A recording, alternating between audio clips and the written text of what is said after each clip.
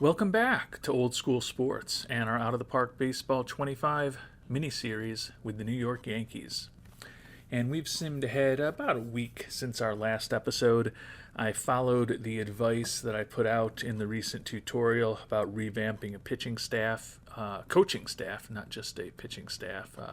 We've been working on revamping that as well, but focused on fixing my coaching staff in line with the recommendations that I put out in the tutorial earlier today because I hadn't gotten to that yet. So we've improved our coaching staff, made some changes there, and we're now at the start of the international amateur free agent period. As we talked about in the last episode, these international amateur free agent classes are insanely good right now. That's because I started this game a couple of days ago. There was a patch that came out this morning that supposedly addressed this, so the IAFA classes should not be as good going forward, which is a good thing because right now they are ridiculously good. You can see there's 5-star players that I didn't even bother bringing into my camp because this class is so incredible. So at the end of the last episode, we were talking about Helmut Bernstein, a catcher who looks like he could be one of the great catchers in baseball history. Excellent defensively, really good personality with a high work ethic, durable, switch hitter, and his contact and power could both be outstanding. Frequent commenter and loyal viewer Stanley Rosella noted in comments to the last episode that OOTP guru Marcus has finally got the incredible German major leaguer that he had been hoping for years with Helmut Bernstein. I don't know whether or not the fix was in on this, but in case it was, we are going to go all in on Mr. Bernstein. We are going to offer him every penny that we have. Don't want to mess around. Just want to get him signed. Think he could be the most incredible catcher in baseball history. And we are going to do everything in our potential set of options to bring him on board. And with that, we're going to start moving forward. The preseason also begins today.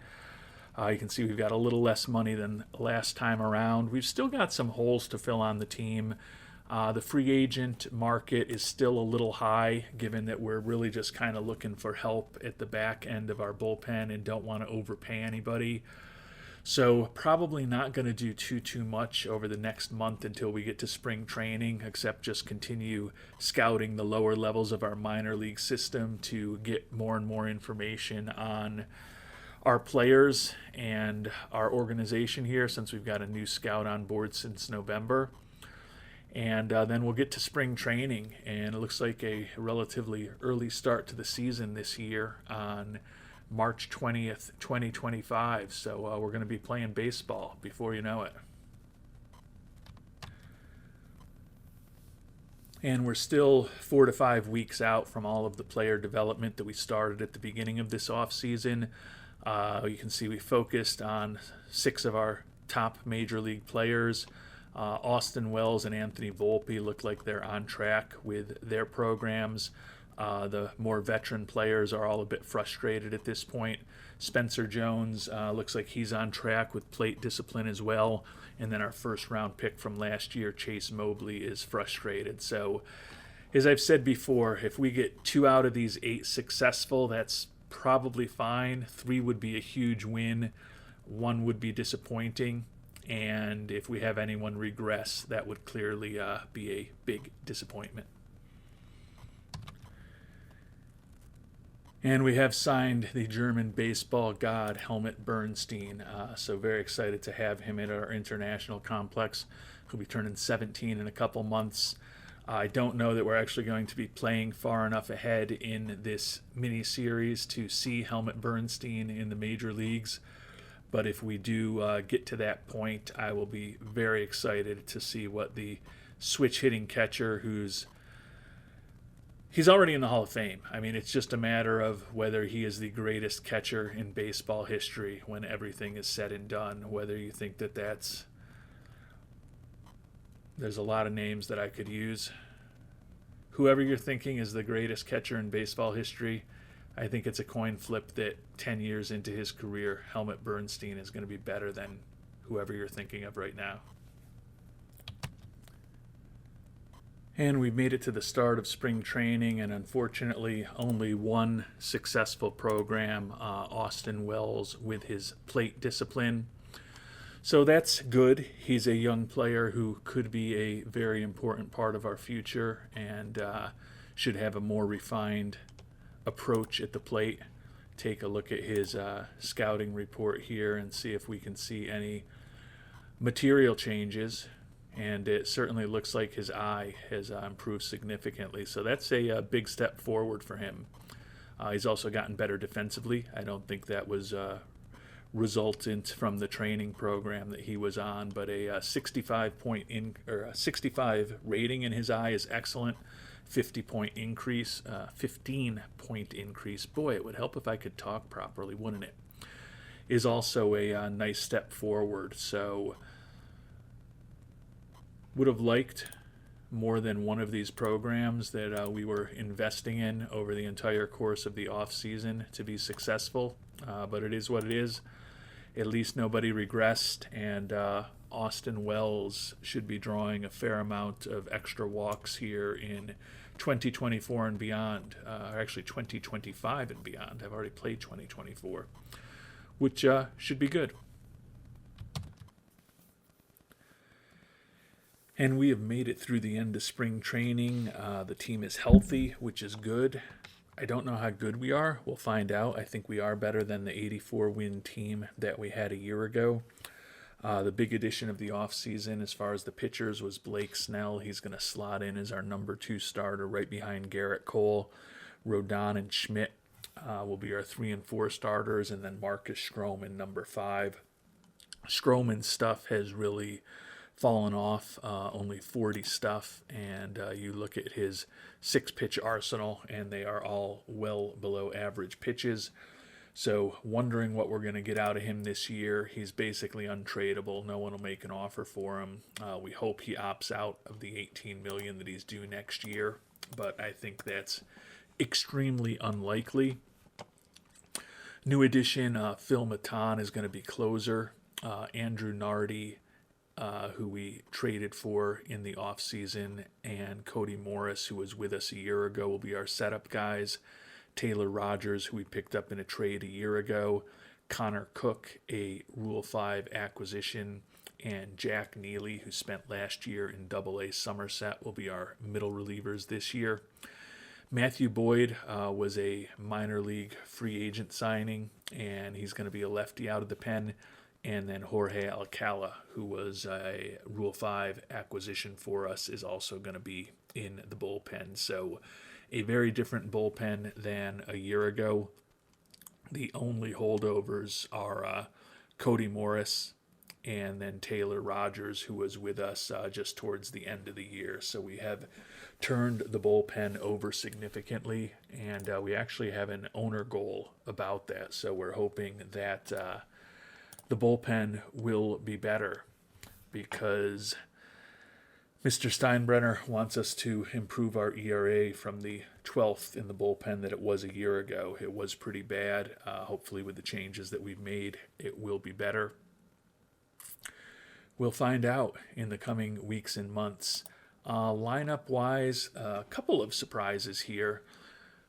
Jose Trevino back at our starting catcher against right-handers, but Ali Sanchez, who was the 3rd Rule 5 pick, we're going to keep him up. We like his defense, and we're actually going to start him against left-handed pitching at catcher.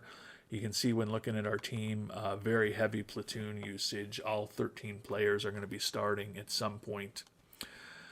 Jake Cronenworth, who we picked up in the trade with the Padres, is going to play first base. That was, of course, the trade where we had to bundle Jason Dominguez and other players to get the Padres to take Giancarlo Stanton and most of his salary.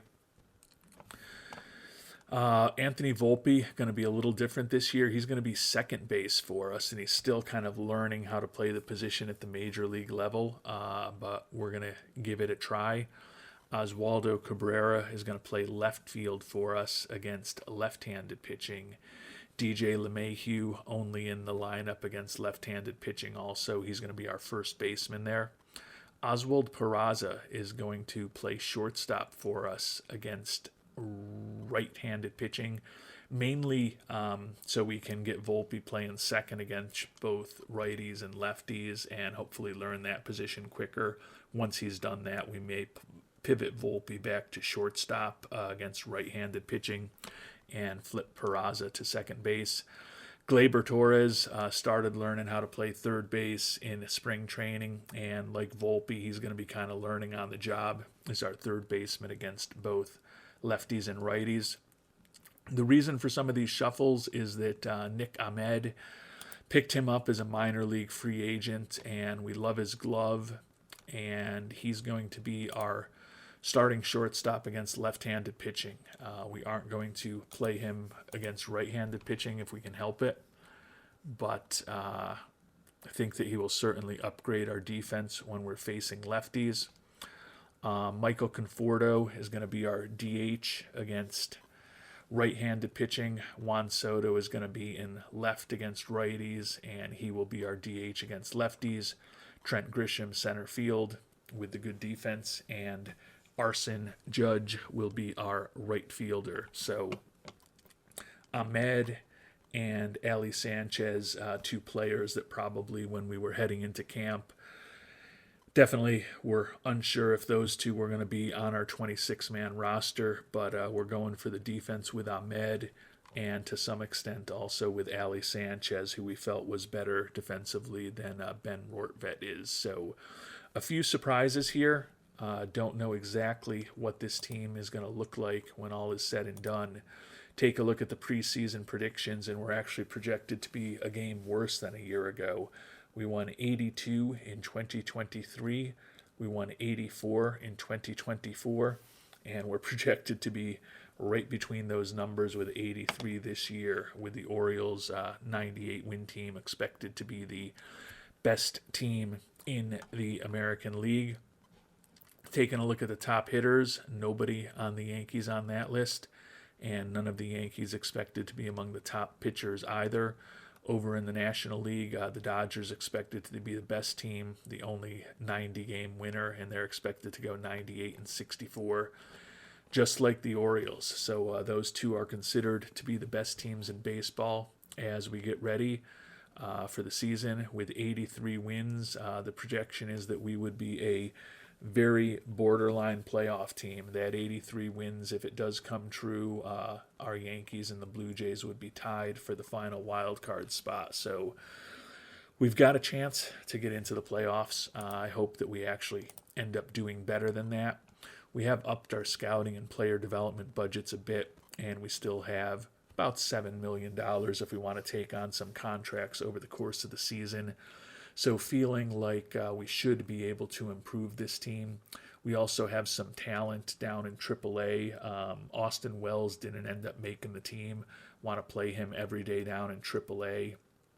But he could certainly be a bat that could help us in the not-so-distant future. So we could be seeing him again sometime relatively soon, particularly if we have some injuries. It's just with the fact that we do have Cronenworth on the team with his left-handed bat this year because we picked him up in the trade with the Padres. Unless we weren't going to play Cronenworth, there wasn't really regular at-bats against right-handed pitching for Wells with Cronenworth at first base, Soto in left field, and Conforto at DH. And we're not going to take Arson Judge out at right field. And as interesting a player as Austin Wells is, we went with defense at catcher with Trevino and Ali Sanchez. So hopefully we'll be seeing Wells relatively soon. Hopefully we'll be seeing him not because of a serious injury. Somebody just gets banged up a little bit, and we can see more of what Wells can do at the major league level. But I'm interested in seeing what this team can do. We definitely have started to finally put our imprint on the Yankees this past offseason. Our contract obligations next year are expected to be about the same. Stroman and LeMahieu are definitely the two contracts that we'd like to get out of. Neither of those is really tradable at all. Even if we're keeping 80% of those contracts, we don't get any offers right now. I'm hoping that may change as the season moves on, and we might be able to trade them closer to the trade deadline. Honestly, if LeMahieu didn't have a major league contract, he probably wouldn't be on the team. We think he can still be a useful bat against left-handed pitching, but if we had the opportunity to move on from him, we certainly will. We'll cross our fingers on Stroman. He was 12-8 last year with a 4.05 ERA, so he did fine for us. That 40 stuff really scares me. So we'll see if he can perhaps pitch better than his ratings indicate he should. If he ends up a disaster, though, $18 million this year for him, and the fact that he'll probably opt into $18 million next year is not optimal. But the world is not perfect. We've made some changes in the offseason. We've gotten out of that Stanton contract largely, which is positive. And it's just a matter of seeing what this team, led by the new additions, Blake Snell, number 2 starter, Phil Maton, the closer, and Michael Conforto, who's going to be a DH/corner outfielder, first base for us, can hopefully provide a little more pitching and a little more offense than we got a year ago.